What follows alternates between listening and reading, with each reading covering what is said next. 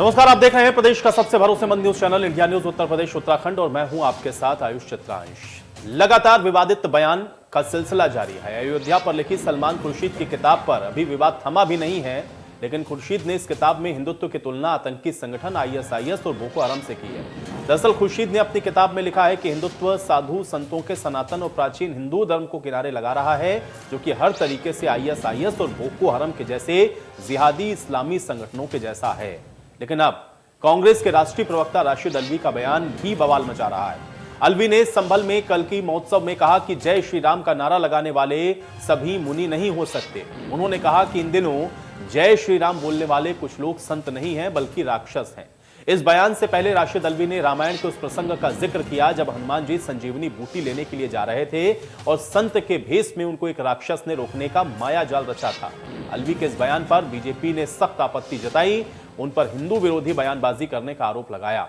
अब बीजेपी के IT cell के प्रमुख अमित मालवीय ने इस पर पलटवार भी किया और अमित मालवीय ने राशिद अल्वी के बयान का वीडियो ट्वीट करते हुए लिखा, सलमान खुर्शीद के बाद अब कांग्रेस के नेता राशिद अल्वी भी जय श्री राम कहने वालों को राक्षस बता रहे हैं। राम भक्तों के प्रति कांग्रेस के विचारों में कितना जहर घुला हुआ है। तो अल्वी ने इन आरोपों से अब साफ इनकार भी किया है।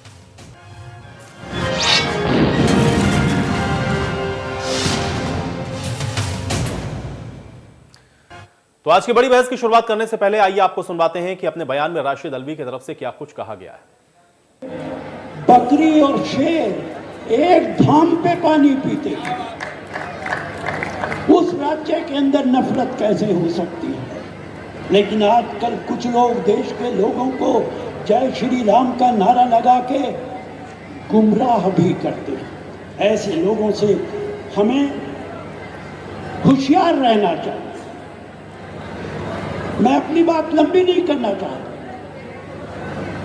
लेकिन रामायण में आता है कि जब लक्ष्मण जी की हालत खराब होती है और कहा जाता है कि संजीवनी बूटी सूरज निकलने से पहले आनी चाहिए वरना जिंदगी बचना मुश्किल है, तो हनुमान जी की जिम्मेदारी लगाई जाती है, जाइए संजीवनी बूटी लेके आइए हिमालय पहाड़ से।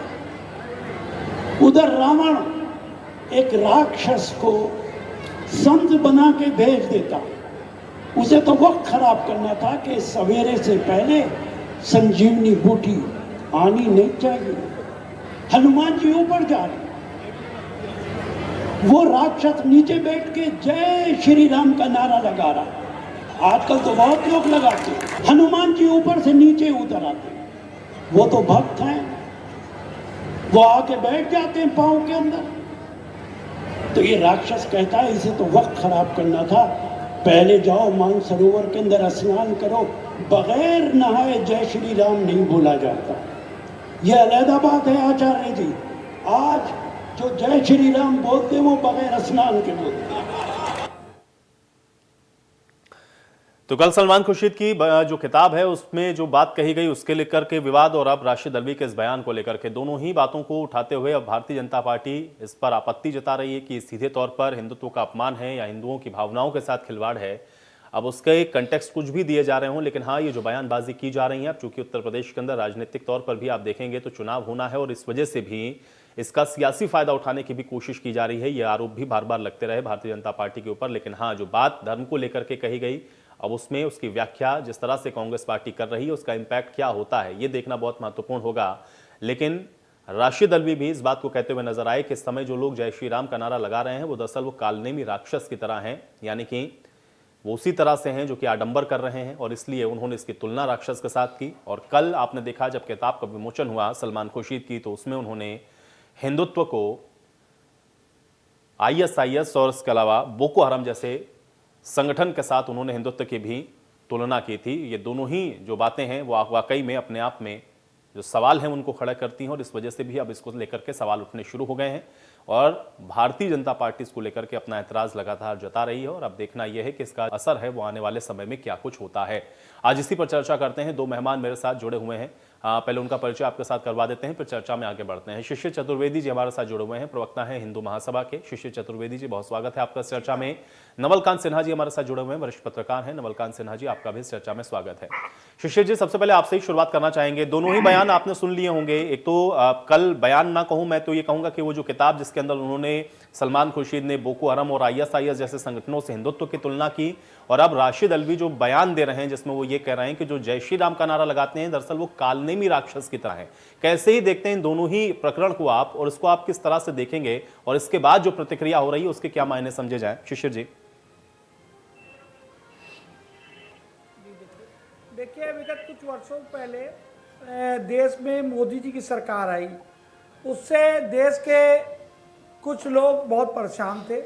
उसके बाद उत्तर प्रदेश में योगी आदित्यनाथ जी की सरकार आई, तो जिस प्रकार से हिंदुत्ववादी कार्यों को बल मिला, गति मिली, उससे मानसिक प्रताड़ना झेल रहे कुछ धर्म विशेष के कद्दावर नेता जो किसी पार्टी का चोला ओढ़े हुए हैं, उसकी आड़ में वहां बैठकर ये हिंदुओं पर तीर छोड़ते हैं।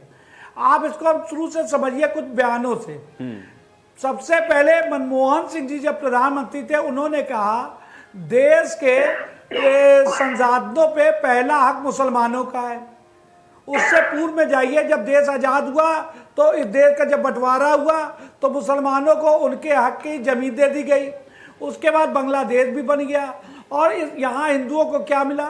हिंदुओं को इस देश में सेकुलर नाम से एक देश प्राप्त हुआ। यहाँ पर उसके बावजूद ये कांग्रेसी कहते हैं देश के संसाधनों पे पहला हक मुसलमानों का है। तो मतलब इस देश में हिंदुओं के अधिकारों का कोई बात ही कहीं नहीं करने वाला है। तो इस प्रकार से मानसिक दिवालियापन की स्थिति है, क्योंकि निकट भविष्य में भी इनको सरकार, इनकी केंद्र में कांग्रेस के नेताओं की आते नहीं दिख रही है। तो कांग्रेस पार्टियों में इस तरीके का अल्पसंख्यक समुदाय से आने वाले ये नेता हैं, इनकी मानसिक दशा बहुत खराब हो चुकी है। जैसा आपने सलमान खुर्शीद जी के बयान को सुना, और आज इनको कालनेमी और राम जी, और उसके बाद उससे पहले आपने यहाँ मुनव्वर राणा जी का वक्तव्य सुना, वाल्मीकि जी पे अटैक किया उन्होंने। तो एक धर्म विशेष के लोग लगातार मानसिक प्रताड़ना झेल रहे हैं, जिसका स्वरूप इस सामने उनको दिख रहा है।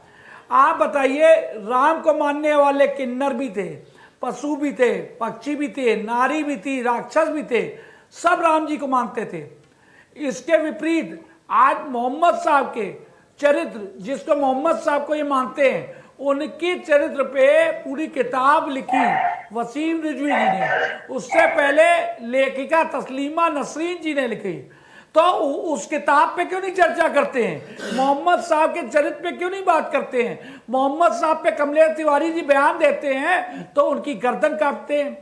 इनको ये नहीं मालूम कि इनके पूर्वज कायर और डरपोक बुजदिल थे, क्योंकि आज ये खान पठान जो लिख के घूम रहे ये सब ठाकुर थे, और आज ये उसकी नपुंसकता और कायरता इसी से जाहिर होती है कि 3 हमलों से समझिए।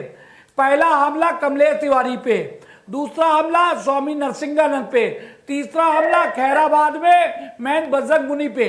तीनों हमलों में ये भगवा कपड़ा पहन के आते हैं, ये अपने धर्म की बात करते हैं, वहां ये टोपी पहन के जाते हैं, लेकिन जब हमला करने जाते हैं, हिंदुओं की लड़कियों को फंसाने जाते हैं, लोग जिहाद करते हैं, धर्मांतरण करते हैं, तब ये अपनी पहचान छुपा लेते हैं।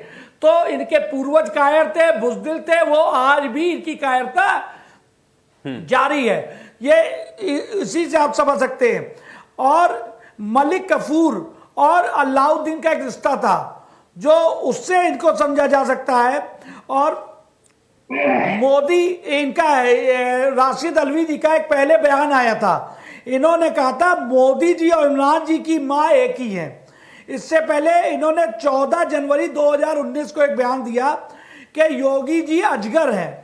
अब आप बताइए, एक चुने हुए मुख्यमंत्री को ये अजगर कहते हैं, प्रधानमंत्री के लिए ये टिप्पणी करते हैं कि माँ, ये प्रधानमंत्री जी महल में रहते हैं, माँ झोपड़ी में रहती है। तो किसी को ये नहीं बख्शते हैं, भगवान राम को नहीं बख्शते हैं, हिंदुओं को नहीं बख्शते हैं। तो इनकी स्थिति को समझा जा सकता है। देश भर में एक बाढ़ सी आ गई, जो विपक्षी दल है वो लगातार हिंदुत्व पे हमले कर रहे हैं। क्यों? उनको दिख रहा है राम जन्मभूमि पे मंदिर बन चुका है, अयोध्या के बाद मथुरा और काशी पे भी हम लोग ने मुकदमा कर रखा है। मैं उसका पक्षकार हूँ तीनों मंदिरों का। तो जिस तरीके से देश में स्थितियां बदलती जा रही हैं, सच्चाई सामने आ रही है कि इन मंदिरों को पूर्व में तोड़ा गया, वहां मस्जिदें स्थापित की गई। और आपको बताएं कि इस देश में तमाम बड़े बड़े जो देश में हिंदुओं के मंदिर हैं, उन सब पर क्या है? सरकारी कब्जे हैं। लेकिन किसी मस्जिद पे, किसी चर्च पे, कहीं पर भी जो सरकार का कब्जा नहीं है। आखिर क्यों? हमारे पैसे से मौलवियों को तनख्वाह दी जाती है, लेकिन पंडित अपना जो वहां 2 पैसा चढ़ोतरी से उसका घर खर्चा चलता है, तो उसको चोर बताया जाता है, उसको बेईमान बनाया जाता है, उसको डकैत बताया जाता है। और ये मौलवी जो वहां बैठ के कुरान पढ़ाते हैं, कुरान को पढ़ा के अपने धर्म का प्रचार प्रसार करते हैं, उनको इजाजत देता है हमारा संविधान। तो किस प्रकार से आजादी से लेकर आज तक हिंदुत्व को खतरे में डाला गया, उसकी गलत परिभाषा की गई हमारे ठीक है। चलिए, हिंदुत्व की बात चूंकि आपने की है शिशिर जी, मैं इस पर भी थोड़ा सा और टिप्पणी आपसे जरूर लूंगा, लेकिन उससे पहले नवलकांत जी भी हमारे साथ हैं, उनका भी एक रिएक्शन ले लेते हैं। नवलकांत सिन्हा जी, वरिष्ठ पत्रकार होने के नाते किस तरह से देख रहे हैं ये दोनों ही चीजों को? एक तरफ तो किताब जिसके अंदर तुलना हो जाती है हिंदुत्व की, जिसमें वो एक तरफ ये भी बताते हैं कि ये वो हिंदुत्व नहीं है जो कि महात्मा गांधी की परिकल्पना था, ये हिंदुत्व तो वैसा है जैसे आईएसआईएस और बोको हराम है।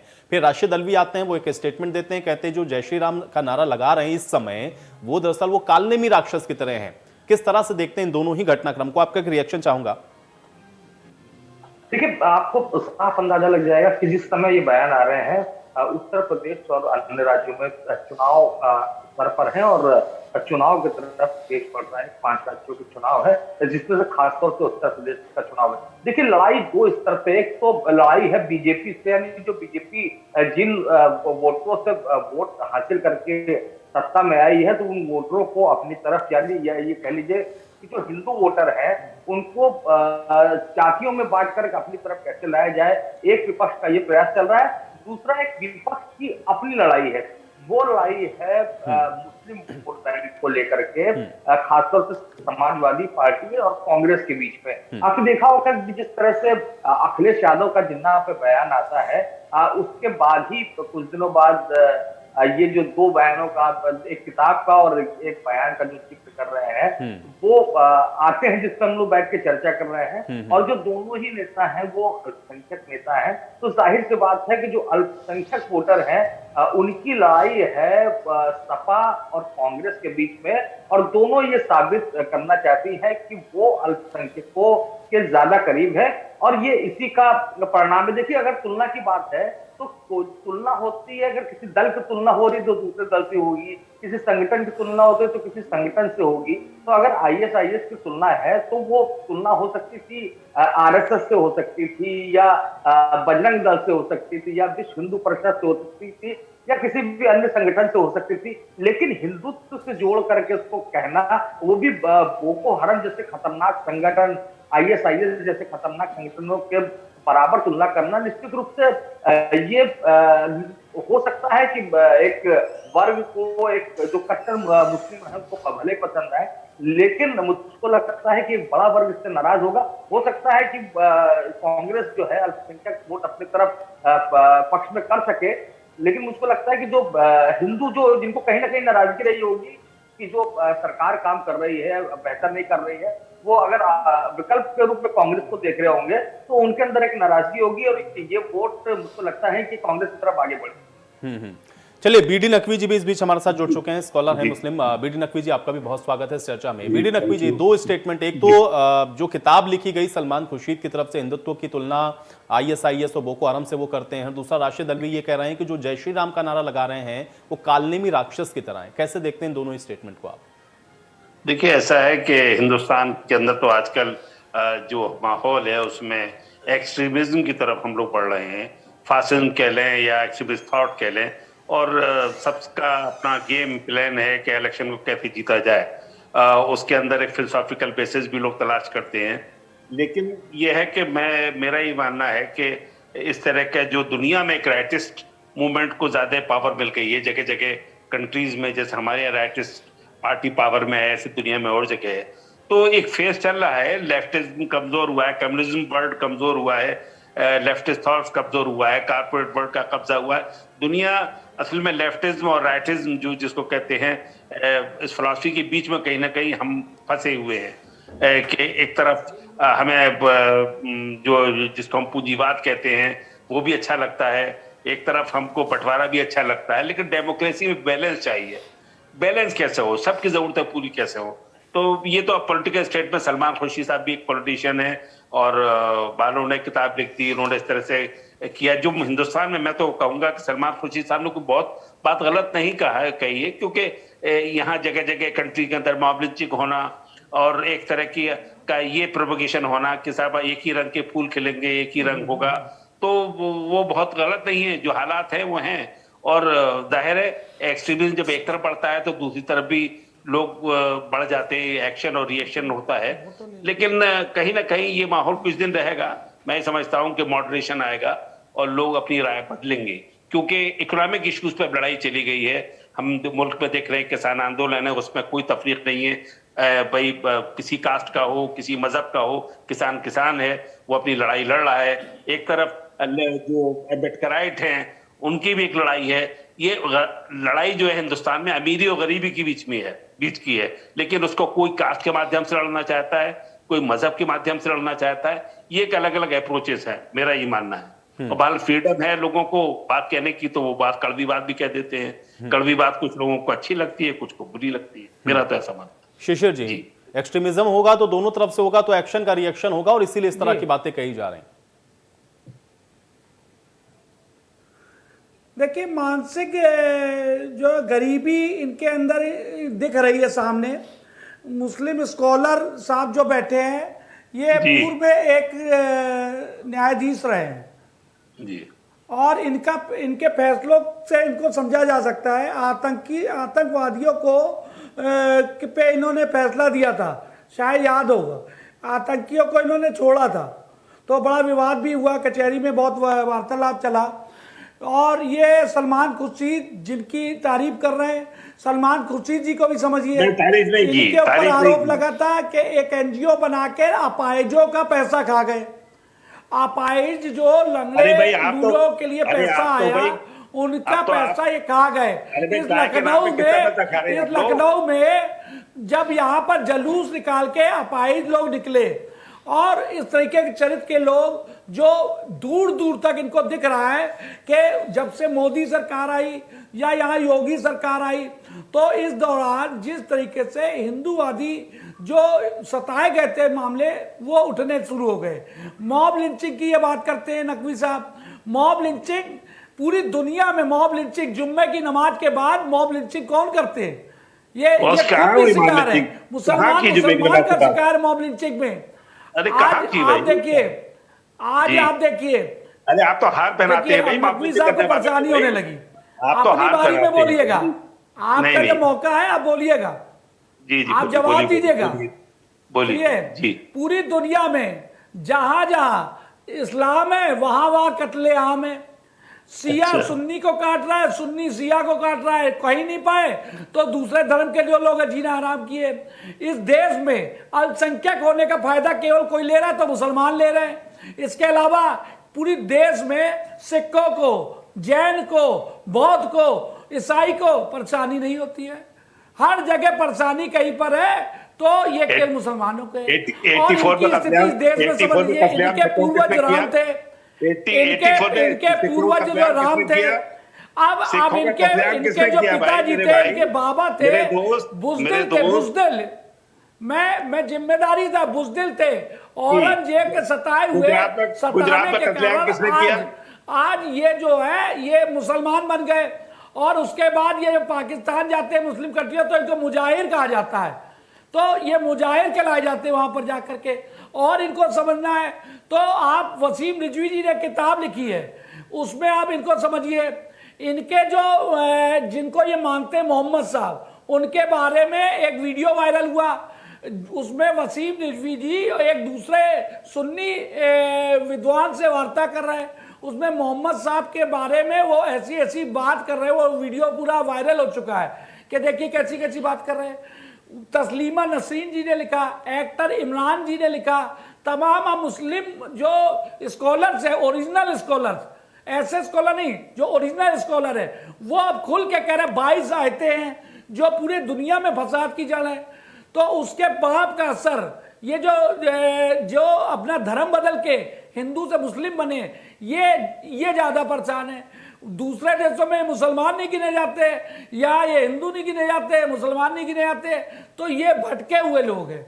और इनकी बुजदिली, जब ये कमलेश तिवारी को मारने जाते तो भगवा पहन लेते हैं, कहीं और जाएंगे तो टोपी लगा के आ जाएंगे। तो ये दोहरा चरित्र पूरी दुनिया इनका पहचान चुकी है। कमलेश तिवारी जी ने मोहम्मद साहब से पिक्चर बनाने की बात की तो घबरा गए। अरे राम जी पे पिक्चर बनती है, गुरु गोविंद सिंह जी पे पिक्चर बनती है, तो मोहम्मद साहब जी पे पिक्चर क्यों नहीं बन सकती है?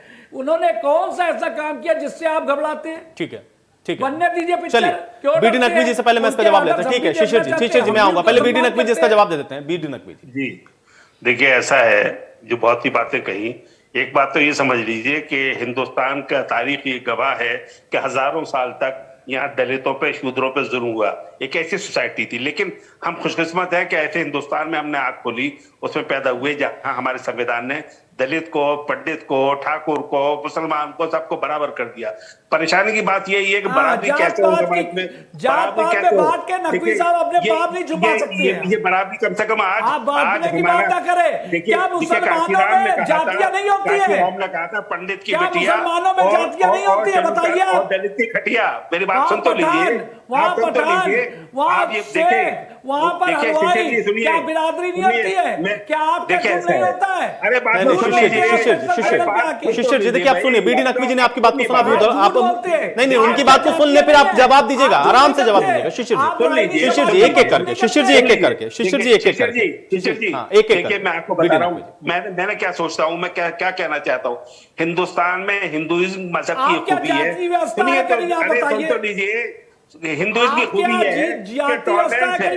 देखिए टॉलरेंस है, टॉलरेंस हिंदुइज्म की है, टॉलरेंस। जी सुनिए, हिंदुइज्म की खूबी है, दुनिया में किसी मजहब में नहीं है जो हिंदू, लेकिन इस्लाम के अंदर बराबरी है, क्रिश्चियनिटी में मानव सेवा है, और सिखिज्म में चैरिटी है, जो गुरुद्वारा है वो बहुत बड़ी ताकत है। ये है हिंदुस्तान। हम ऐसा हिंदुस्तान चाहते हैं, हम ऐसा हिंदुस्तान चाहते हैं जिसमें ये सारी खूबियां हो। हम हिंदुस्तानी हैं, हम हिंदुस्तानी मुसलमान हैं, हम अरब के मुसलमान नहीं है, हम अफगानिस्तान के नहीं है, हम यहीं के हैं। यहाँ कन्वर्जन सिर्फ इसलिए हुआ मेरे भाई कि यहाँ पर जुल्म होता था समाज के अंदर। आप ये समझिए, अब बराबरी है। हम खुशकिस्मत में तारीफ कर रहा हूँ। ये बात हिंदुइज्म के अंदर रिफॉर्मिस्ट जो मूवमेंट हुआ, हमारे यहाँ जो जितने चले प्रार्थना समाज, आर्य समाज, उससे हमारा समाज डेवलप हुआ। मैं ऐसी बात कर रहा हूँ। अब मैं I respect your religion, I respect Christianity, I respect gurdwara. आप ये समझिए, मैं आपको बताना चाहूंगा मेरे भाई कि इंग्लैंड के अंदर जब हमारी मेडिकल डिग्री को वहां ब्रिटिश सरकार ने कैंसिल कर दिया, तो डॉक्टरों ने गुरुद्वारे में खाना खाया। गुरुद्वारे में रोटी मिलती थी उनको मेरे भाई, गुरुद्वारे में। पंजाब और कत्लेआम को छोड़िए, नाम के अंदर राइट्स हुए, क्या गुजरात में क्या कुछ नहीं हुआ, सिखों का 84 में क्या कत्लेआम नहीं हुआ, ये जरूर हुआ। लेकिन हमें प्रायश्चित है, हम हर चीज को प्रायश्चित करेंगे। और हम हर एक्सट्रीमिस्ट फोर्स को कंडेम करते हैं, जो मुस्लिम इस्लाम को जो टूर बनाते हैं टेररिज्म का, हम इसको कंडेम करते हैं। हम इस मैसेज, इस टीवी के जरिए मैसेज देना चाहते हैं, हम बिल्कुल पसंद नहीं करते कोई भी जो है। ठीक है बीडी नकवी जी, मैं समझ गया। कुल मिला के एक्सट्रीमिज्म को लेकर के आपका सवाल है कि एक्सट्रीमिज्म कहीं भी नहीं है, जहां भी है वो गलत है। ठीक है, बिल्कुल। नवल कांत जी अब मैं आता हूं, चूंकि जो चीज सूट करती, खासतौर से चूंकि आपने कहा कि अगर हम इसको पॉलिटिकली देखने की कोशिश करें तो फिर पॉलिटिकली हमको यह नजर आता है कि अगर इस तरह से होगा तो जाहिर बात है कि उसका किसी को फायदा, किसी को नुकसान होगा। लेकिन यह बात तो कांग्रेस पार्टी को सबसे बेहतर तरीके से पता है कि यही पिच तो सूट करती है भारतीय जनता पार्टी को। उसके बावजूद भी अगर कांग्रेस के इतने वरिष्ठ नेता इस तरह की बातें या इस तरह की किताबों को लिख रहे हो, या उनके रिलीज करने का जो समय है वो ऐसे समय है जब उत्तर प्रदेश का विधानसभा चुनाव पर है, तो इसके पीछे की क्या पॉलिटिक्स आपको नजर आती है? क्या कांग्रेस को नहीं समझ में आ रहा कि वो सेल्फ गोल करती हुई नजर आ रही है? जी निश्चित रूप से आश्चर्यजनक है कि कांग्रेस ऐसे समय में पुस्तक को रिलीज कर रही है, उनके नेताओं के बयान आ रहे हैं जो कि बीजेपी को बहुत सूट करते। बीजेपी आप देख रहे हो लगातार जब से किताब रिलीज हुई, ये लगातार इस मुद्दे पे जो भी नेता मिल रहा है, कहीं पे भी बाइट दे रहा है, कहीं पे भी भाषण दे रहा है, तो इसका जिक्र कर रहा है, क्योंकि बीजेपी को ये मुद्दे सूट करते हैं। अगर ये बहुत अच्छा था कि प्रियंका गांधी, राहुल गांधी मंदिर जा रहे थे, वो विकास की मुद्दे उठा रहे थे, यहाँ की समस्याएं उठा रहे थे, वो वहां तक ठीक था। लेकिन मैंने आपसे जैसा पहले जिक्र किया कि ये लड़ाई बेसिकली उत्तर प्रदेश में मुस्लिम वोटों के लिए सपा और कांग्रेस के बीच की लड़ाई थी, और जब अखिलेश यादव का बयान आया, उसके बाद कांग्रेस को लगा कि काउंटर करना चाहिए और ये जो वोट बैंक है हमारे पास आना चाहिए। मैं तो एक बात कहूंगा कि जैसे कि कोई भी किसी धर्म को मानने वाला होता है, मान लीजिए मैं हिंदू धर्म का हूं, तो मुझको चाहिए कि मेरे धर्म में जो कमियां हैं उसको उजागर करें, उस पर चर्चा करें। तो अगर सलमान खुर्शीद हो या राशिद अलवी जी हो, क्या वो लोग हिंदू लोग हैं और क्या मुस्लिम धर्म में कोई कमियां नहीं है? उनको चाहिए था कि अपने धर्म की कमियां उठाते, अपनी बात उठाते। सबको अपनी बात कहने का हक है, लेकिन पहले तो अपने घर से शुरू करेंगे ना। और फिर जिस तरह से तुलना की गई है बोको हरम से, ISIS से, तो निश्चित रूप से कोई भी हिंदू इसको पचा नहीं पा रहा है, उसको इस पर गुस्सा कर रही है, इस पर कांग्रेस का नुकसान ही होने वाला है। तो क्या सीरिया में जो झगड़े हो रहे हैं, तो वो बजरंग दल या विश्व हिंदू परिषद या RSS करवा रहा है, या अफगानिस्तान में जो हो रहा है, क्या वो विश्व हिंदू परिषद करवा रहा है, क्या वो संघ करवा रहा है? तो जाहिर सी बात है वो एक जानबूझ करके उठाया गया है, और वो एक अल्पसंख्यक वोटों की लड़ाई है। हो सकता है कि कांग्रेस उसमें जीत जाए, लेकिन उसको उत्तर प्रदेश में अच्छा खासा नुकसान आज की डेट में लग रहा है कि इससे बहुत नाराजगी है, खासतौर से जो बहुसंख्यक वर्ग है। नहीं, लेकिन नवलकांत सिन्हा जी, यही इसीलिए मैंने सवाल पूछा कि भाई जब ये पता है, आप एक वरिष्ठ पत्रकार होने के नाते इसका आकलन कर रहे हैं, कांग्रेस पार्टी जो कि इतने लंबे समय तक देश में शासन करती रही, उसको ये तो समझ में आएगा ना कि अगर इस तरह के स्टेटमेंट देगी तो उसको इसका लॉस हो सकता है। ये क्या वजह है, किस तरह के स्टेटमेंट फिर दिए जा रहे हैं, जबकि लगातार वो देख रही है कि वो हाशिए पर जाती हुई नजर आ रही है? फिर सिर्फ एक वोट बैंक की वजह से इस बात को कहा जा रहा है, या इसके आयाम कुछ और बड़े हैं जिनको समझने की जरूरत है? नवलकांत जी, देखिए, उत्तर प्रदेश में अगर देखा जाए तो कांग्रेस ना के बराबर है। यहाँ तक कि जो पिछले लोकसभा चुनाव हुए थे, उनके जो सबसे बड़े नेताओं में से एक है राहुल गांधी, खुद चुनाव हार गए थे। उत्तर प्रदेश में फिर से जमीन तलाशने की कोशिश कांग्रेस कर रही है, और उसको ऐसे में लगा कि वो वैसे भी बहुत बड़ी प्लेयर नहीं होने जा रही थी। वो चौथे नंबर की लड़ाई लड़ने, चौथे या पांचवें नंबर की लड़ाई लड़ने की स्थिति में है, और उसको लग रहा था कि अगर ये अल्पसंख्यक वोट बैंक जो है, अगर वो यूनाइट रहा और वो समाजवादी पार्टी की तरफ चला गया, तो उसको जो कुछ भी हासिल होना वो भी नहीं हासिल होगा। तो उनको लग रहा है कि कुछ हासिल हो जाए, और इस जद्दोजहद में उनको लगा कि ये जो मुस्लिम कार्ड है उनके लिए फायदेमंद हो सकता है, और इस वजह से खेला गया है। लेकिन मुझको लगता नहीं कि कांग्रेस से इसको बहुत बड़ा फायदा होने वाला है। शिशिर चतुर्वेदी जी, एक तो हिंदुइज्म को लेकर के जो बात कही जा रही है कि ये हिंदुत्व जो है ये ही दरअसल एक तरीके से एक्सट्रीमिज्म की ओर बढ़ता है, और इसलिए हिंदुत्व को लेकर के जो बात कही गई सलमान खुर्शीद की किताब के अंदर, या फिर वही उसी तरह की कुछ बात अगर राशिद अलवी भी कह रहे हैं, क्या है ये हिंदुइज्म और क्यों इसको लेकर के इस तरह की जो बातें हैं वो या लिखी जा रही हैं या फिर स्टेटमेंट के थ्रू कही जा रही हैं? थोड़ा समझाएं आप जरा। देखिए, मैं राम जन्मभूमि का पक्षकार रहा हूं। सलमान खुर्शीद जी हो, BD नकवी जी हो या राशिद अलवी हो, इनको इस बात को एक्सेप्ट करना पड़ेगा कि जो राम जन्मभूमि में खुदाई हुई, उसमें जो खुदाई के जो देख रेख जिनकी उसमें हुई, वो के मोहम्मद थे, एक मुसलमान थे, और उन्होंने अपनी रिपोर्ट में कहा कि वहां राम दरबार था। वो एक मुसलमान थे, और उनको भी ये मानने को नहीं तैयार है, तो ये एकदम सही है। दूसरी जी बात, BD नकवी जी कह रहे थे मुसलमानों में सब एक हैं, तो इनसे मैं पूछता हूं कि एक रायनी समाज की लड़की को क्या एक सैयद ब्याह लेगा? इनके इतनी जाति व्यवस्था है, इतनी टूट फूट है, इतने 72 फिरके हैं कि एक दूसरे का कत्लेआम करने को तैयार है। ठीक है, अब वसीम रिजवी जी अभी इन्हीं भाई 72 फिरके क्या है, अभी 22 आयतों पे सुप्रीम कोर्ट में रिट की, 22 आयतों में लिखा है कि आयुष जो है वो काफिर है, और काफिर की सजा है उसकी गर्दन काटो, उसकी बहन बेटियों की इज्जत लूटो। ये सब है, बताइए। 6 साल की आहिस्ता के साथ बलात्कार, उसका निकाह, ये सब बातें क्या है? हलाला क्या है? आप बताइए 3 तलाक क्या है? अपने धर्म में नहीं देख रहे हैं, दूसरे घर के में खिड़की से घुस के झांक रहे। मियाँ बीबी का झगड़ा होता है, झगड़े में भाई हमारे यहाँ माता पिता में झगड़ा हुआ, शाम को एक हो जाते हैं, बीच में मौलाना आ जाते हैं, उनको आनंद चाहिए तो हलाला होगा। अरे ये कौन सा धर्म है बताओ? है मौलाना को इतनी गंदगी, बताइए ये कोई क्या है? दूसरे धर्म के बारे में क्या? अरे अपना आचरण ठीक कर लो, दूसरे की बात कर रहे हो। और रहे राम को नकवी जी के बाबा भी मानते थे, इनके परबाबा भी मानते थे, क्योंकि ये खुद ही एक्सेप्ट कर रहे हैं हम लोग कन्वर्टेड है और जुल्म हुआ हमारे छोटी कास्टों के साथ। अरे ये आपके आज भी हो रहा है। रायनी समाज के एक सैयद नहीं ब्याह के ले जाएगा रायनी समाज की बिटिया को, हलवाई इनक्या, सैयद इनक्या, पठान इनक्या, कौन सी जाति रह रहा है? हलवाई इनक्या, हर जाति व्यवस्था इनके लागू है। और दूसरे कहते हैं हम एक है, चैनल पे आके कहते हैं एक है। अरे करो, सैयद जो होते हैं वो 4 पीढ़ी 5 पीढ़ी असली सैयद ढूंढते हैं, तब शादियां होती है। हम हमारे बहुत से मुसलमान भाई मित्र हैं, मैं उनके बीच में बैठता हूं, वो विकास को पसंद करते हैं, इस तरह की बातों से दूर रहते हैं। सब मुसलमान ऐसे नहीं है, लेकिन कुछ जो ज्यादा पढ़ लिख जाते हैं। अब देखिए बीडी नकवी साहब जज थे, इन्होंने आतंकियों को छोड़ा, ठीक है, ये पढ़े लिखे। आप बताइए लादेन कौन था, कितना पढ़ा लिखा था? आप अफजल गुरु कितना पढ़ा था?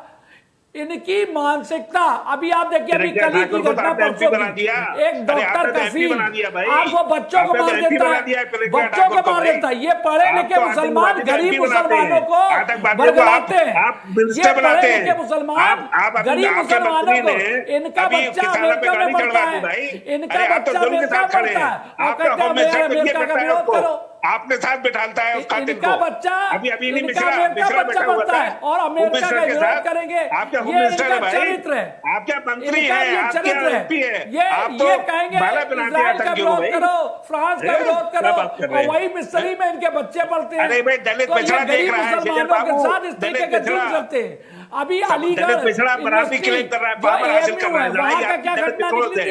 एक मुसलमान क्या 70 साल करेंगे? की महिला, 98% मुसलमान कुछ नहीं है। प्रोफेसर साहब तलाक दे दलित देते, पिछड़ों की वो लड़ाई रो है, रही थी कि मैं दूसरी आपकी तीसरी हाई शादी कास्ट की कैसे लड़ाई है करूं? दलित पिछड़ों की। आप मेरी बताइए। तो बाबा एक मेरी बाबा जाटनी है, तो आज मेरी जो एक है बाबा बघेल है, ये भटके आपका हुए बारे में आप क्या मुसलमान, जाने? ये जो जी, ज्यादा पढ़ जी। लिख जाते हैं ये ज्यादा खतरनाक है। ये गरीब मुसलमानों को बरगलाते हैं, ये गरीब देखिए, मुसलमानों को खत्म हो रही बरगलाते है, हैं, उनके बच्चों को हिंदुस्तान में दंगों में भेज बिरादरी देते खत्म हो रहा हैं है और अपने मेरे भाई, बच्चों को अमेरिका में अब कुछ नहीं पढ़ाते है, हैं। सब बराबर है। ये इनका दोगला चरित्र है। जी जी, सारा कब्जा कर लिया मंदिर के ट्रस्ट पे। अबे किसी पिछड़े को जगह नहीं देते, मुसलमानों के पिछड़े बच्चों को को बना देते मदरसों में राम पढ़ाते ट्रस्ट में। हैं। ये आप दोगला हिंदू चरित्र बराबर है। हैं, राम ट्रस्ट में सब अपने पंडितों को बच्चों बनाया को ये आपने। मिस्री में अरे पढ़ाते भाई हैं। किसी को गरीब हिंदू को भी बना देते ट्रस्टी। मंदिर की प्रॉपर्टी खरीदी तो गई, अभी करोड़ों रुपया कमाया आप लोगों ने भाई। किसी अरे पिछड़े आप को जगह दी बताओ, आपने, आप किसी बताओ बैकवर्ड नकवी को जगह दी साहब, मंदिर अपने में। बच्चे को मिस्री में पढ़ाते आप नहीं, पूजा सब करवाएंगे, पढ़ाते पूजा हो। पाठ हर करने बात के में लिए फतवा लेके खड़े हो जाते हो। आप क्या बात कर रहे हैं? हर बात को लेके फतवा लेके खड़े हैं। तमिलनाडु के अरे अंदर घराने में ग्रेजुएशन क्या हो है गया आप? मेरे भाई, पिछड़ों के लिए दलितों के लिए महंत बनेंगे वो। हाँ। तमिलनाडु के अंदर कर रहा है वो अरे स्टाइल हम आपके भाई नहीं हो सकते, हलाला करने वाले 7 बीबी 18 बच्चे वाले अपने भाई नहीं हो सकते। क्लास हो रहा है, बीडी नकवी क्लास साहब, वार की तरफ जा रहे हैं हम लोग, हम सब बराबरी की तरफ जा रहे हैं। समाज हमारा टूटा, कदम यही समाज है। तो जिस स्थिति में जा रहा सही जा रहा है। लेकिन बीडी नकवी जी, ये जो बातें अभी फिलहाल हाल में आई हैं, ये तो भारतीय जनता पार्टी की तरफ से नहीं है, ये उनको सूट जरूर करती है, लेकिन कह वो पार्टी रही है जो कि अपने आप को सेकुलर बताती है। कांग्रेस पार्टी के स्पोक पर्सन का कहने का है, कांग्रेस पार्टी के एक वरिष्ठ नेता जो कि कानून मंत्री तक रहे, वो इस तरह से लिखते हुए नजर अगर आएंगे तो इसको कैसे देखेंगे? वो तो सेकुलर पार्टियां हैं, वो तो जो ऐसी पार्टी है जो कहती है कि हम तो सबसे ज्यादा सेकुलर हैं और देश में सबसे बड़ा राज्य उनका ही रहा है। वो अगर इस तररह की बात को कहेंगे तो उसको आप कैसे कहेंगे कि बीजेपी या फिर एक्सट्रीमिस्ट की देन है? क्या गलती है? अरे आपने दरोगा को मार दिया, जगह जगह आतंक फैला हुआ है।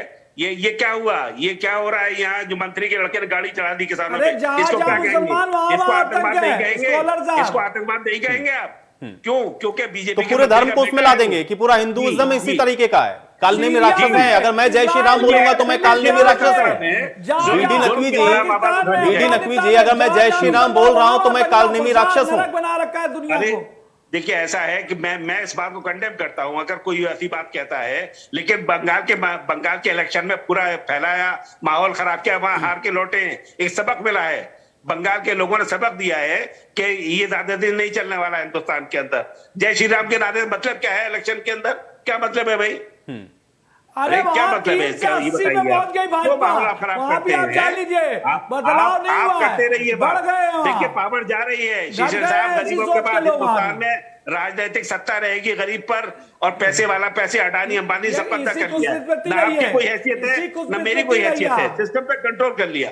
प्रॉब्लम यहाँ है, कार्ल मार्क्स ने कहा था मजहब धर्म एक अफीम है, ये पैसे वाले अफीम पे चटा रहे हैं और सबको बेवकूफ बना रहे हैं। सोचिए जरा ठंडे दिमाग से चलिए, सोचिए। नवल कांत सिन्हा जी से मैं इस पर एक रिएक्शन लेता हूं। कोविड- नवल कांत सिन्हा जी, कोविड ने नवल कांत कर सिन्हा दिया जी, क्या इतनी आसानी से आपको लगता है कि हम इन सारी चीजों से बाहर आ जाएंगे? क्योंकि बीडी नकवी जी कह रहे हैं कि अब हम इससे टूट रहे हैं, हम इससे बाहर आ रहे हैं, अब लोग इश्यूज पर बात करेंगे। लेकिन हिंदुइज्म को अगर कोई इस तरह की टीका टिप्पणी करेगा तो आपको लगता है कि ये राह इस तरह से बन पाएगी? नवल कांत जी देखिए, नकवी जी तय नहीं करेंगे और ये कोई भी व्यक्ति विशेष नहीं तय करेगा। ये तो जो राजनीतिक दल चुनाव लड़ रहे हैं वही तय करेंगे कि वो किसकी बात कर रहे हैं। लेकिन पहली बार ऐसा हो रहा है कि अमूमन चुनाव में बीजेपी इस तरह के संवेदनशील मुद्दों को लेके आती थी या हिंदुत्व वाले मुद्दों को लेके आती थी।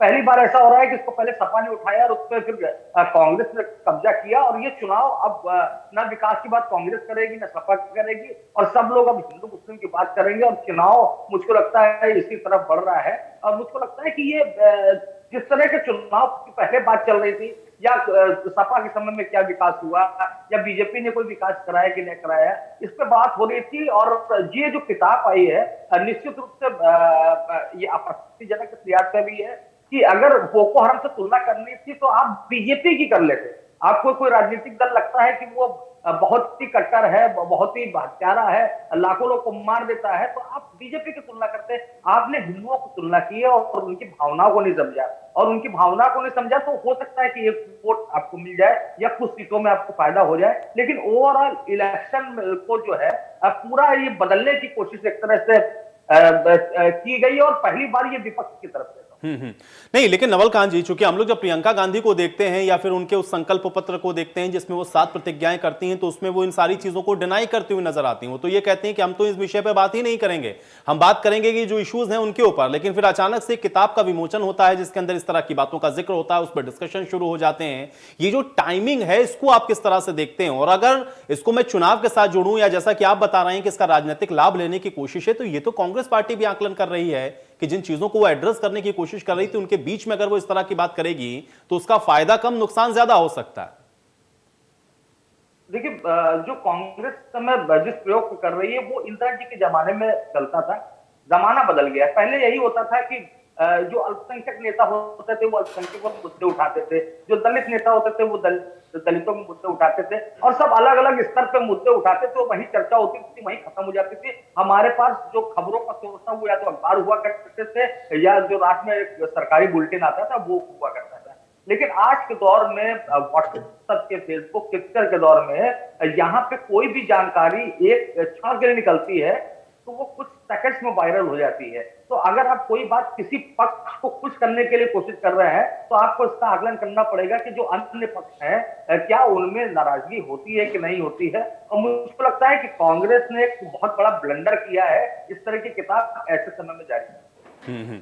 शिशिर जी, चूंकि अभी बात यहां पर बंगाल के चुनाव की भी हुई, बीडी नकवी जी ने कहा कि वहां की जनता ने दिखा दिया, बात बिल्कुल उन्होंने सही कही। लेकिन सवाल इसी बात का है कि अगर हिंदुइज्म या हिंदुत्व को लेकर के कोई बात कही जा रही है तो उसमें एक वोट बैंक तो सदता हुआ नजर आता है, लेकिन दूसरी तरफ जिनके बारे में आप कह रहे हैं क्या वो संगठित नहीं है, आपको लगता है? और इस वजह से लगता है इन पॉलिटिकल पार्टीज को कि वो वोट तो हमको मिलना ही है, लेकिन जिस पर हमारी निगाहें, अगर हम उसको मैसेज दे पाए तो वहां से हो सकता है कि कुछ वोट हमको मिल जाए जिससे हम सत्ता में आ सकते हैं। इसलिए इस तरह के स्टेटमेंट या इस तरह की किताबें या इस तरह की बातें कही जाती हैं।